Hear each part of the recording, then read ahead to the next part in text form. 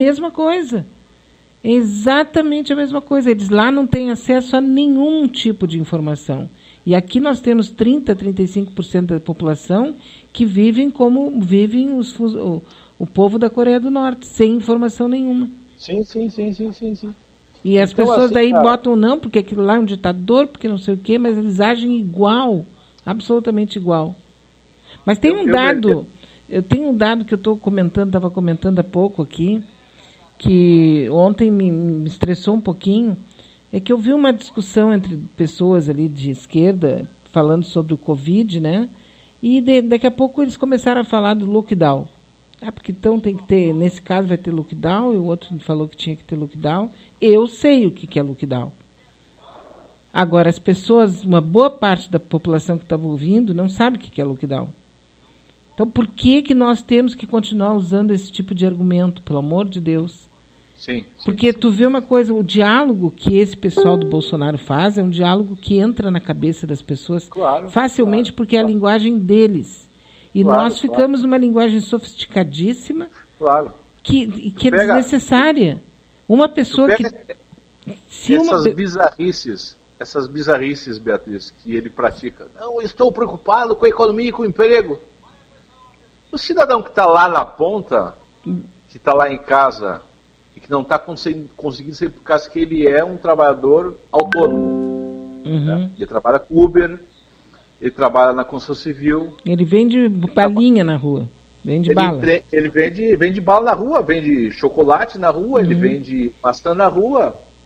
Esse cara, ele está preocupado com a conta dele, né? Claro. Está preocupado com o dinheiro para pagar o aluguel da casa, o mercadinho da esquina, o ônibus para poder... Como o filho está em casa e a mulher está em casa, tem que ter comida para o filho em casa, para a mulher em casa. Ele não está indo para a creche para poder ter comida na creche, nem na escola. Então esse discurso fácil acaba pegando. Mas esse é o melhor discurso que tem. Agora, quando for num grupo fechado, daí tu pode mostrar toda a tua capacidade, a tua verborragia, a tua intelectualidade. Mas quando for falar com o povão, tem que ser esse discurso fácil. Claro, exatamente.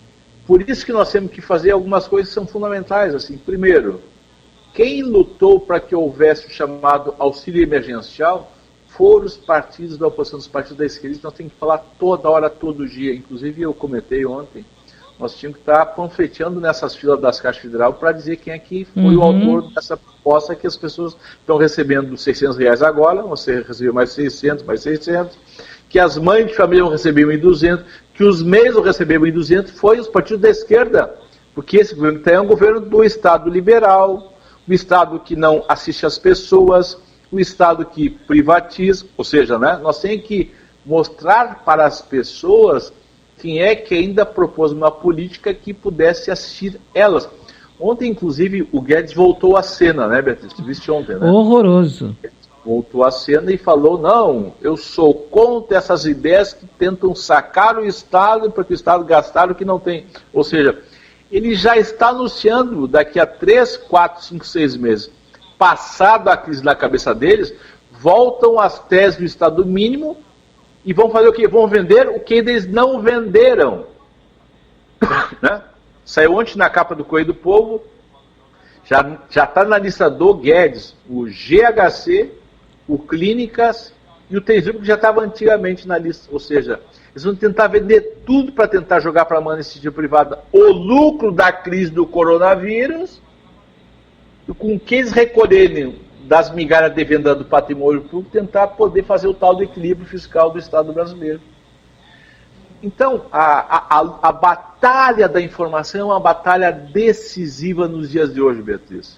Eu sei. Isso que nós precisamos compreender. E uma comunicação que seja uma comunicação fácil, acessível, que o cidadão lá na ponta, o seu João, o seu José, a dona Maria, a dona Cátia, eles entendem o que está acontecendo e percebem que quem hoje comanda o país, quem hoje comanda os estados e municípios, eles têm um projeto de um estado mínimo, pequeno, e que ele pobre, ele miserável, ele trabalhador e desempregado, é alguém que estará fora de qualquer alternativa de condições mínimas de vida. Então, esta batalha, então por isso que rádios como a Manaus, programas como o Teu Horizonte, eles são fundamentais porque são espaços onde a comunidade pode participar, pode alugar, pode perguntar, pode tirar dúvidas, né? Pode entender, pode compreender o que acontece, pode fazer o vínculo de por que o meu mercadinho agora não vende mais e qual é a relação disso com a situação da economia do país. Por que a minha loja de bijuteria não vende mais? Qual a relação com o país? Por que a minha loja de roupas usadas não vende mais? E qual é a relação dela com o meu país? Por que eu que saía na rua vender pastel, pão, chocolate, bolo de pote, hoje não consigo mais vender como vendia alguns anos atrás? Qual é o vínculo que tem a chamada microeconomia, que é aquilo que envolve as pessoas no dia a dia, que é o ganha-pão das pessoas, com a situação política mais geral a nível nacional?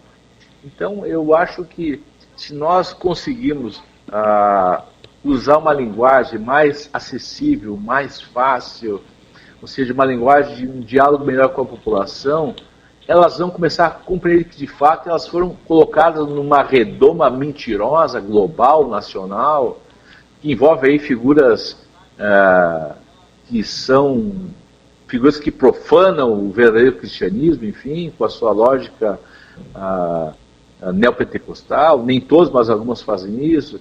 Figuras vinculadas aos grandes meios de comunicação que hoje estão criticando o Bolsonaro, né? Tu vê agora, todo dia a Rede Globo faz editoriais todo dia falando mal do Bolsonaro, mas sustentaram toda a crítica ao PT, ao Lula, ao Lava Jato, na criminalização da política, né? Não, e eu me peguei já, e tenho falado isso para as pessoas, né? Que as pessoas, tu viu como a Globo agora está pegando forte contra o Bolsonaro? Eu digo, cara, porque eles já têm... Por que tu acha que o Moro saiu do governo? Porque eles já têm, vão fazer a cabeça do povo para o Moro. Então as pessoas, eles têm que combater o Bolsonaro por N razões, e porque eles apostaram no cavalo errado, né? Que é um cavalo que já estava com coleira, né? Já tinha dono. E eles acharam que poderiam embarcar juntos. Só que então, o fato da Globo estar falando mal do Bolsonaro, para nós não quer dizer nada. E nós nem podemos embarcar nessa junto com a Globo. Ela só quer dizer o seguinte, né? Que eles querem apostar num outro caminho, mas que esse outro caminho nós não estaremos juntos. Exatamente. Nós seremos protagonistas. Nós estaremos, ou seja, eles vão brigar com o Bolsonaro agora, porque eles querem manter as concessões deles, né, que está vencendo agora, enfim, nos próximos 25 anos, querem manter os recursos das chamadas verbas publicitárias que são pagas pelos governos, em especial o governo federal, e que hoje tudo indica que está sendo drenado muito recurso para o chamado Grupo Record, né, que é o grupo das igrejas. E logo lá na frente, toda essa turma aí, Globo, a Fiesp, Tucano, PSDB, parte do DEM, vão estar tudo de novo enfileirado entre eles naquele projeto deles de Estado mínimo, de Estado onde o que vale é a chamada meritocracia, né, ou seja, onde as pessoas de baixo têm menos condições de ter acesso à escola, à saúde, ao emprego, à renda, às oportunidades do entretenimento, enfim, aquela visão de que existe uma estrutura social. Aliás, certa vez quem falou isso foi o Fernando Henrique Cardoso, não sei se tu te lembra, Beatriz, lá por 98, ele disse que ele imaginava um Brasil onde 25% dos brasileiros teriam condições de primeiro mundo, tipo os franceses, os alemães, os espanhóis, os italianos, os americanos. Sim. E os outros 75 teriam condições de quê? Mas esse é o projeto dessas elites brasileiras, né? Ou seja, eles querem condições de excelência para 1/4 da população e o resto é o quê? É mão de obra barata? É mão de obra não qualificada? É mão de obra sem ter preparação técnica, sem ter estudo, sem ter acesso à universidade?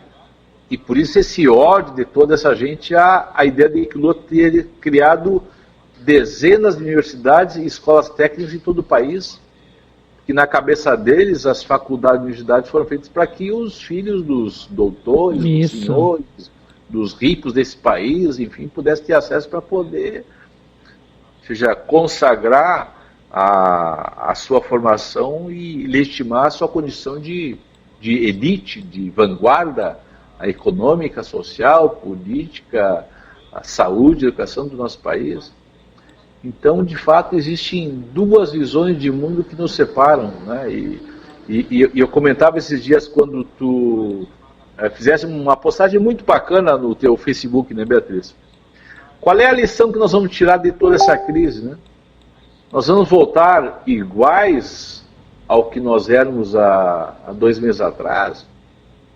Nós vamos voltar como pessoas melhores, como nação melhor, como povo melhor, como humanidade melhor? Inclusive eu comentava aquele dia na tua postagem, né, Beatriz? Ou seja, pega o tema do dinheiro, do capital, né? Ao fim e ao cabo, para que existe mesmo o dinheiro capital? O dinheiro capital deveria existir para ajudar a sociedade a se organizar. Mas hoje é o contrário, o capital e o dinheiro, eles dominam a sociedade. Não é um instrumento que nos ajuda a nos organizar, é um instrumento que nos ajuda a dominar. Quem tem, põe, e quem não tem, não tira, né? Não tira, isso é o que acontece, enfim. Nós vamos sair de uma sociedade mais egoísta, mais individualista, uma sociedade mais solidária, uma sociedade mais fraterna. Ou seja, onde a questão da vida humana vai ser muito mais importante, tanto do ponto de vista biológico como do ponto de vista psicológico, né? Nós estamos enfrentando agora 2 doenças, a doença da biologia da pandemia e a doença da solidão das pessoas que estão em casa há 40 dias e não saem, das pessoas que estão nos seus apartamentos, não cobertas com as luzes, a não ser de forma virtual. Nós vamos ser uma sociedade mais solidária, uma sociedade mais fraterna, onde a ideia do coletivo vai predominar sobre a ideia do individualismo, do egoísmo? Ou vamos ser uma sociedade mais egoísta ainda, mais individualista ainda? Então, eu acho que também esse é o pano de fundo, né, Beatriz? O pano de fundo de todo esse debate que nós estamos fazendo aqui no nosso país e no mundo. Ou seja, que sociedade que eu quero viver? Onde eu seja apenas um número da economia? Ou onde as pessoas reconheçam pelo meu nome? Não, aquele é o Júlio Quadros. Não, aquele ali é a Beatriz Fagundes. Aquele ali é o José Bacérgio. Não, aquele lá é o José Vanderlei. Aquela ali é a Sofia. Aquela outra ali é a Maria. Aquele ali é o João. Aquela ali é a Neuza do Mercado.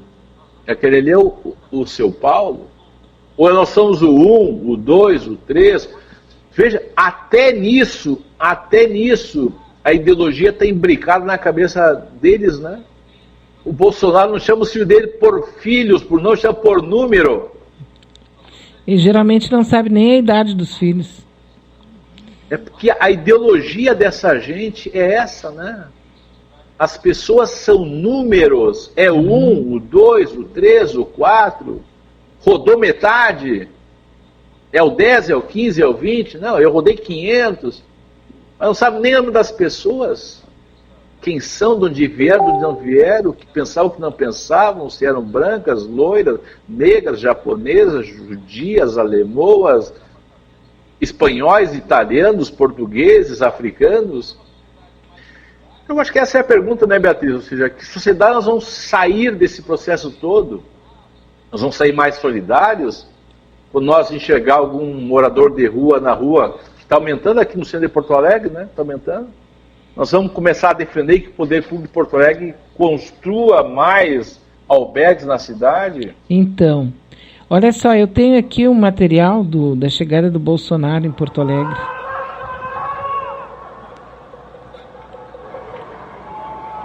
Está começando a bateção.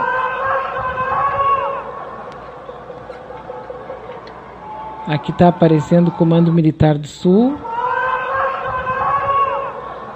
O pessoal batendo panela nas redondezas.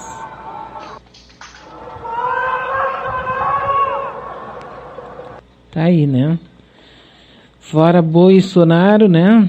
Tá ali no Comando Militar do Sul fazendo salamaleque, né? E provavelmente nem se preocupando com a Covid, né? Vão se abraçar, se beijar, fazer todo salamaleque. Sem nenhuma preocupação com isso. Depois aí as pessoas vão para a rua, aqui para a esquina, pro